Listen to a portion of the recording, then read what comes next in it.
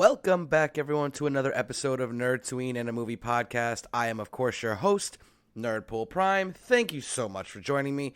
So this is going to be a step away from what I normally do. I have always been very open about how I am a multi-fandom podcast.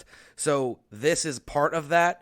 I'm branching out. I'm going to do some reviews on other stuff that I am truly nerding out about. Like this week, I'm going to talk about Ted Lasso.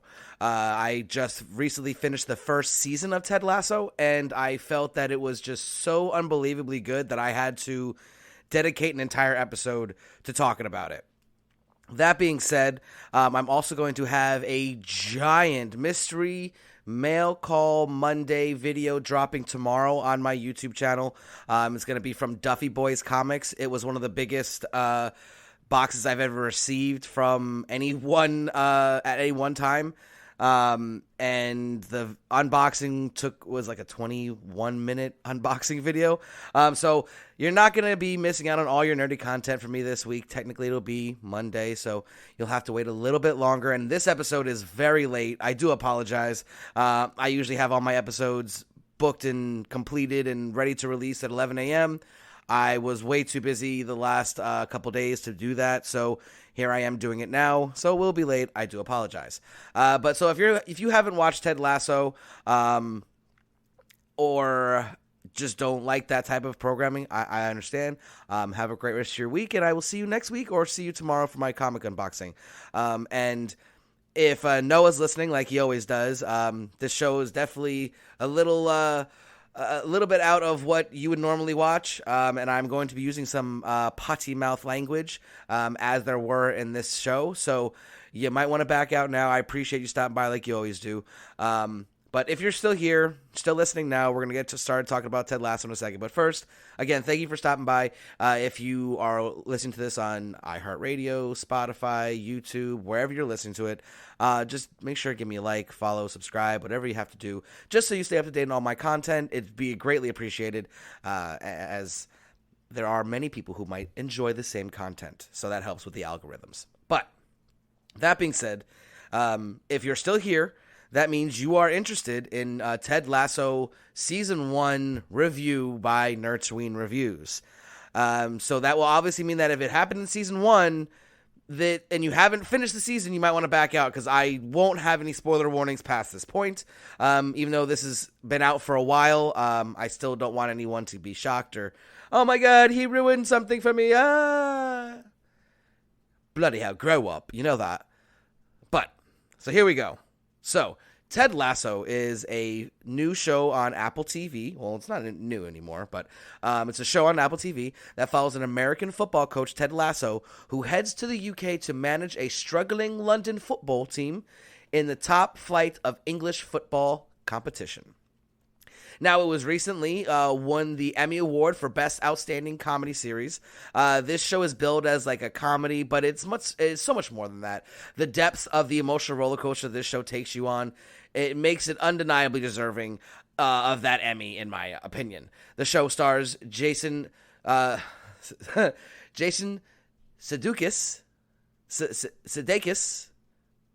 as Ted Lasso. I'm going to butcher that all show. I apologize, Jason. I'm just going to call you Jason. Sudeikis. I hope I said it right one of those times.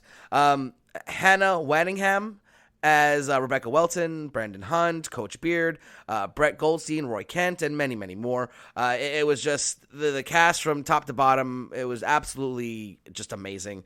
I will be doing my top 3 non-main character list at the end of the show. So we're going to first talk about the writing. The writing of this show was absolutely phenomenal. It had a talented group of writers that included stars Jason and Brandon Hunt. The writing is what really makes the show stand out to me. The show had some of the best character development that I've ever seen. Not a single character, at least that I noticed, I'm going to say that, was a static character. They were truly dynamic, and if you don't know what that means, no hard feelings. But what a dynamic character is a character that changes and grows as the show progresses. A static character is one that just stays the same, one-note character, basically. over the first season, every single character grew and became a more complete character. Like even the quote unquote villains of the show, like Rebecca Welton, who also was the character played by Hannah Waddingham, won the Emmy for Best Supporting Actress in a Comedy Series at the 73rd Emmy Awards. Went from being this evil Ice Queen character to, as the series went on, became more and more relatable and understandable, and almost like you felt bad for this character. The range of her performance she displayed was just absolutely breathtaking. I mean, she even sang "Let It Go." Yes, the Frozen song, "Let It Go, Let It Go." Yeah, and she killed it.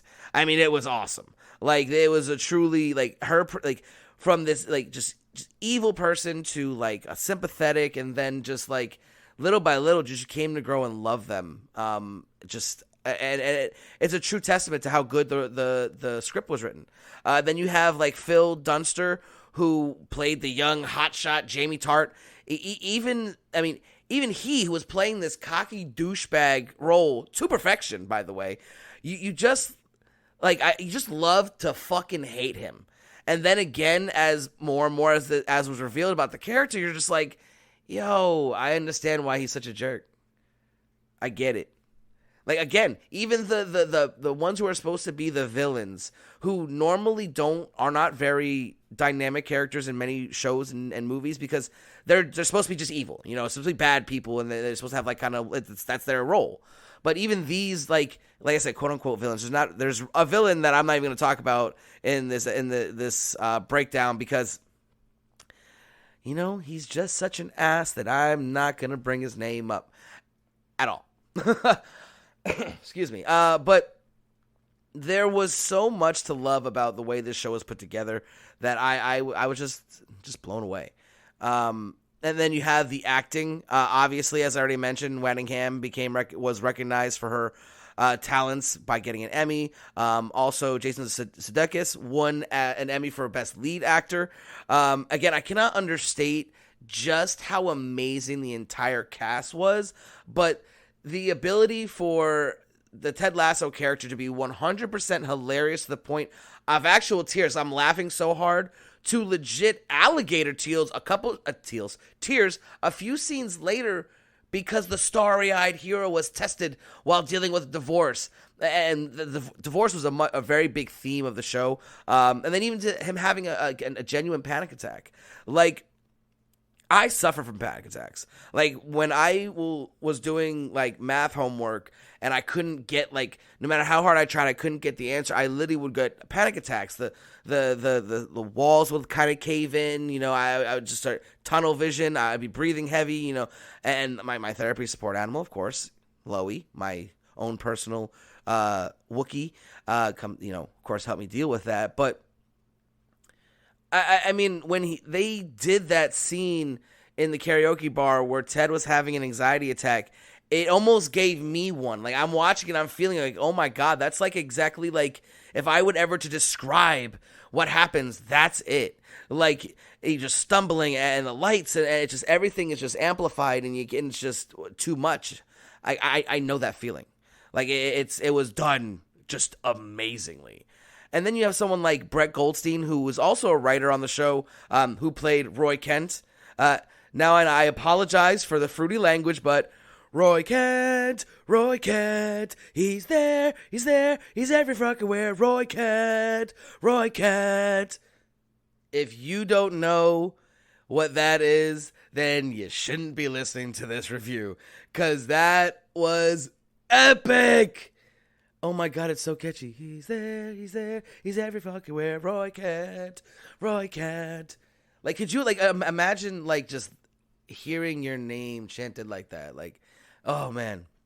But Goldstein also won Best Supporting Actor for his brilliant portrayal of the grumpy, aging superstar, literally on his last legs, Roy Kent. Never has a grown man's growl ever had more context. Like, he would literally respond to people by growling and they would just know exactly. Like, really? Like, what kind of shit is that? But, like, it worked for the character. He was this grumpy old man, basically, who was just trying to, get his last few moments in the sun. Like, I mean, of course, most aging athletes don't want to ever really give up. Some will hang on with everything they got until they, kind of tarnish their legacy. But moving on. He's one of the characters that was the most dynamic, I feel, in the season. Like, and another example of great character development. Little by little, he went from being this just stereotypical superstar, not giving in to Father Time, and then those characters can get really played out and truly static. But he became part of the cutest couple with Keely Jones, played by Juno Temple. Like, the scene when she was running around the interview room asking all these cute little questions about, like, what they were going to do on their first date. Like, it almost sickened me, like, to how cute they are. But for the record, that's me. Like, I'm the type of guy that, like, I'll be, like, walking around and I'll see some, like, couple, like giggling and being so happy and holding hands and just loving each other. And I'm just like, ew, gross. That's disgusting. Like, ew. But that's me. But in this context, it was so, like, even I wasn't like, ew. I was like me. I was like, oh, that's so freaking cute. Like, they're just the cutest. Like, it was just absolutely... And I don't care if I get flack for that. Like, what I've said this many times on my show, being a nerd is being unapologetically okay with liking what you like. And guess what? I love this show. And I love this cute little relationship they have. It's probably, like, if you watch the show, you'll see, like, cute is really the only, like, really way to describe them. You can say sweet or, whatever, but it's really just, like, they play well off each other. It's pretty awesome. And then you got, like I said, Keely is another one of the best characters in the show. Like, just every scene she's in, like, at the end, I at least, I would say 3-4 times an episode, I will see something she does, and literally right after she leaves, I'll just literally say out loud, I fucking love her. Like, she's just basically everyone's spirit guide, like, helping all the characters become the best versions of themselves. The only person she failed in doing so with that was Jamie Tart, obviously, but even though she did try, but Ted in the end was the one who did the best spirit guiding there. Now, of course, now we need to talk about Ted Lasso. The character initially on the surface was basically a joke. And then this whole thing spun off of it. The hopeful optimist, oblivious to reality is what he almost appeared to be initially.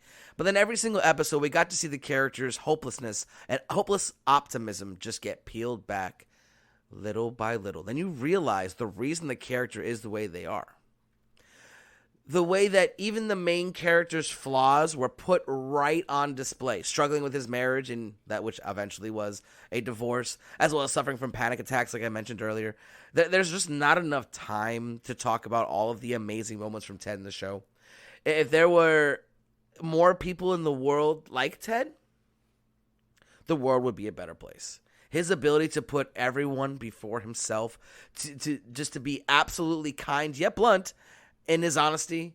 I just wish people could emulate that more. He's one of the greatest characters ever conceived, in my opinion. Just there's just something about him that even like in the context of the show, even the bad guy that was trying to hate him couldn't help but love him. I mean, he would bring her biscuits every morning, and she, a rich, powerful woman, find me these biscuits so I don't have to take them from him. You couldn't find them because he was making them. And obviously he's making them. He's Ted freaking Lasso.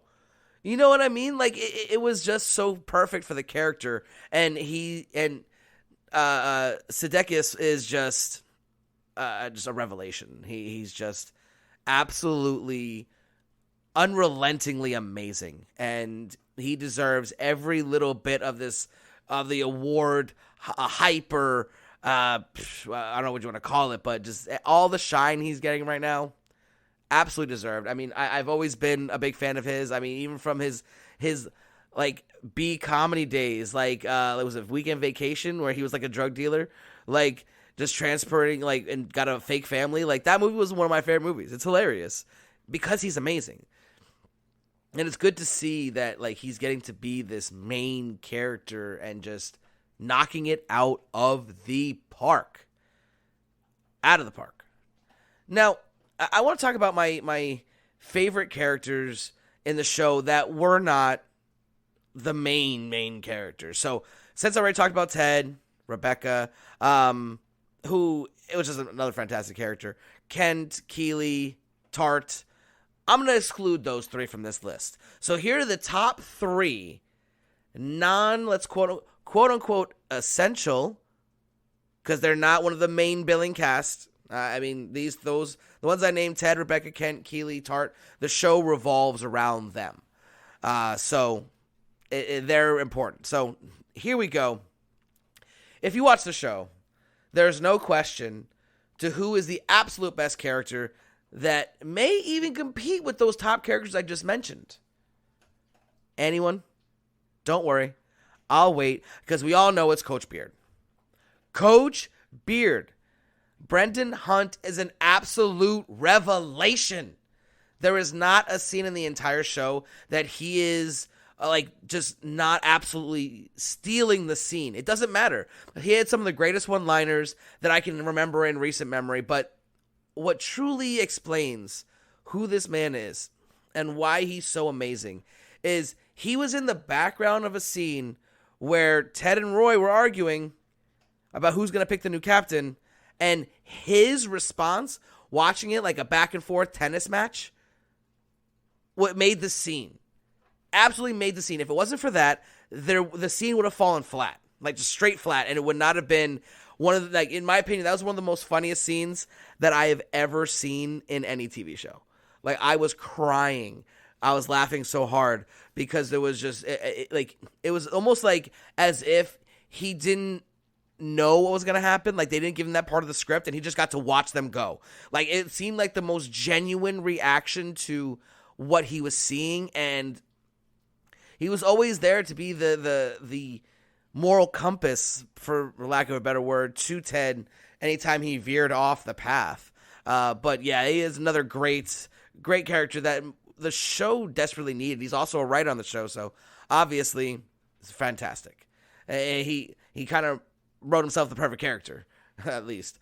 Now, the second character I want to highlight is Sam Obisanya, played by Toheeb Jimo.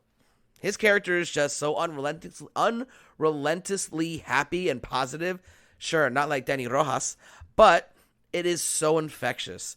And the scene with him and Kent, when they is one of the highlights of the entire season, where he got hit, and they made a big deal out of it. And he wasn't really that hurt, it's kind of playing up that hilarious joke where soccer players, they'll fall and be like, they killed me, I'm blind. Oh, there's no one around me, huh? Yeah, that. So he's about to get up, and Roy pushes him down. He's like, no, wait. This is what you're going to do. You're going to lay down here for a second, and you're going to get up like you can't go on, and then you're going to, shrug off, and you will be able to finish.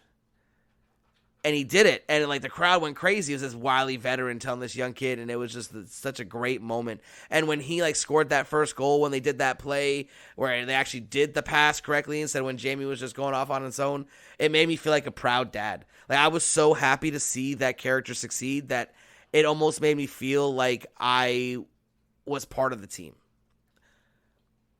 And well, obviously I'm not part of the production team or obviously, and I realize this is a fake TV show, but it's real to me, damn it, it's real to me. Then of course, arguably the best character in the entire show, Nate Shelley, played by the ridiculously talented Nick Mohammed. He initially came across just this mere kit man, just kind of a la kind of like the water boy, but he ended up becoming basically the soul of the team. And as the kit man, he learned the team better than anybody else could have possibly dreamed. And his monologue, in my opinion, should go down as one of those monologues that everyone has to watch in a film study class. Because when he went off on Kent, the way he did it, it felt as if I was really watching a real football club go through this, and it wasn't actors.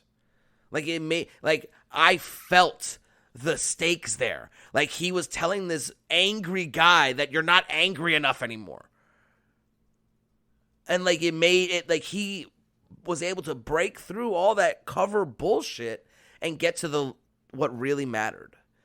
and he was great for that. And, that being said, like, I just, again, it just shows how amazing this show is when someone who was initially kind of just a background character was thrown into the front prominent roles and was amazing at it. Like, he knocked it out the park every time he came to to do his thing. Like, when he had that dinner with his folks and he, like, was in that suit and kind of just demanded that they get the window seat and then, like, asked for their girl's number. She's like, no. He played it like, well, I'm still a badass for doing what I just did, so yeah. I don't care if you don't want my number. I still win. Again, if there were more people like him in the world, the world would be a better place.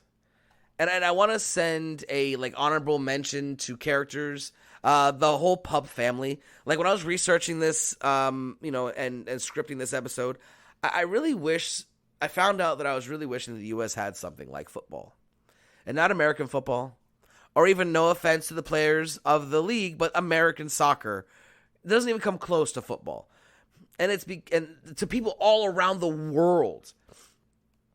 This town where this took place, there was one thing and one thing only that everyone cared about. AFC Richmond. It was more than a sport. Now, sure, you can argue that certain sports in certain parts of the country can get like that, like a Red Sox, Yankees, or like the Dallas Cowboys, or, the Bulls back in the day, or the Heat, or whatever, But it's not like football. It's different. Like, football is life, as Denny Rojas would say. And the American soccer just doesn't have that. And it's not because of anything that it's no detriment to the people or teams or anything of the American Soccer League. I don't know any of them. I'm not commenting on that. I'm commenting on the fan base of it. The just like unrelenting like love of the team regardless how bad they are. That's just not how it works in American sports. I mean, to most extents, I'm sure, like the Cubs hopefuls finally got their curse broken and stuff, so the reward there, but for the most part it's not like that. If you're not good, they're not coming to watch you play. If you're not good in those towns, they're still coming because it's their football. It's their life. And me as an American never really got into soccer. I never even watched the World Cup because I feel that even when the USA team is good, I feel like a hypocrite watching World Cup when I don't watch it normally. It's so because it's convenient to watch it because everyone's watching it that I'll show support for it. No, I'm not going to be that kind of fan. If I don't watch it all year round, I'm not going to watch it. Or at least follow. Like, sure, I don't watch the Yankee games, but I can't, because they're not always on TV. So I mean, I track what's going on. I don't pay attention to soccer. That's because I'm an American. I'm a dumb, red-blooded American. Like, granted, I would think that I'm a little more cultured than most. I mean, I'm a huge fan of the theater, and all that like, good jazz, Like, I hate jazz though. But I've experienced a lot of things, and I'm not as close-minded as many foreigners would think that a lot of Americans are, which most of them are. But I digress. I'm probably going to get in trouble for saying this, but there goes all my followers. Don't cancel me. But yeah, America doesn't have football, and that's something I wish we had. So in summation, Ted Lasso, in my opinion, is without a doubt one of the best shows that has ever been created as it stands right now. I usually can find even the slightest things wrong with even my favorite programs and shows and movies. I guess the only negative I could come up with is that there wasn't more. And I'm really happy I waited to start watching the show. Now I have the luxury of watching the second season fresh off of the feelings of the first season that just ended for me. And so I'm going to give my Nerdtooine rating on my approval meter. I'm giving Ted Lasso Season 1 a 9.8 out of 10 on the Nerdtooine approval meter. And I give it a 9.8 because I don't know how the rest of the story goes. if the story spirals out of control and it's not good anymore, then that tarnishes the setup and the ending and everything of the first season. But take my grading like a CGC grade. 9.8 is basically perfect. So this is just that. The first season, it's one of my favorite shows like ever after that one season. Honestly, it's fantastic. Second season is out now on Apple TV. And from what I hear, the third season and will probably be the final season in production as we speak. And it's very, very good possibility that as a series, it gets a higher grade because it could get a 10 out of 10. I mean, it's very rare. I think I would, I mean, if I had to put, because even like a show that I hold in high regard, like Community, had a bad season, so it's not a 10 out of 10. There is no 10 out of 10 in my opinion so far. There could be one down the road, but as of right now, I don't see one. So 9.8 is just about as good as you can get. And I definitely am really happy with how the whole series, the whole season turned out.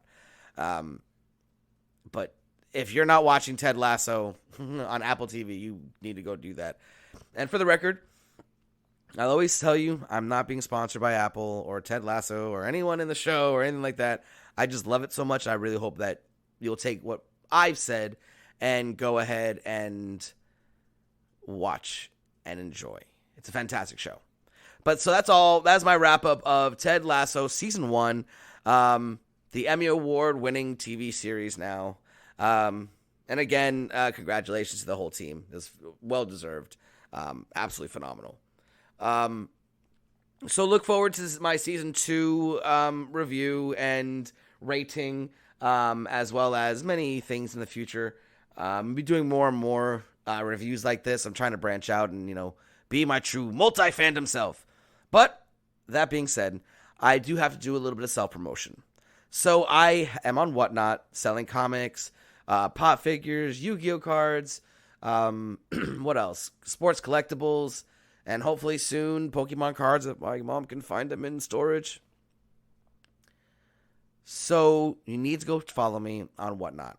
I have a 9.8 CGC SLAB giveaway that I'm going to be doing next week for my 500 followers.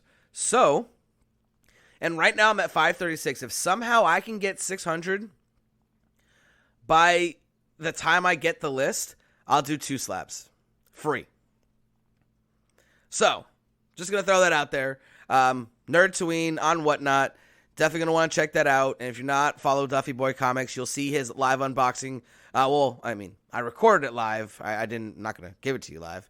Unboxing of the biggest mail call I ever got. Duffy Boys Comics on Instagram, Whatnot. It's going to be everywhere. So, thank you very much. And if you're a new listener, please like, share, subscribe. We'll be doing more content like this, as well as your usual nerd and awesome stuff from all over the Nerdtooine Nerdverse. This is Nerdpool Prime, signing off.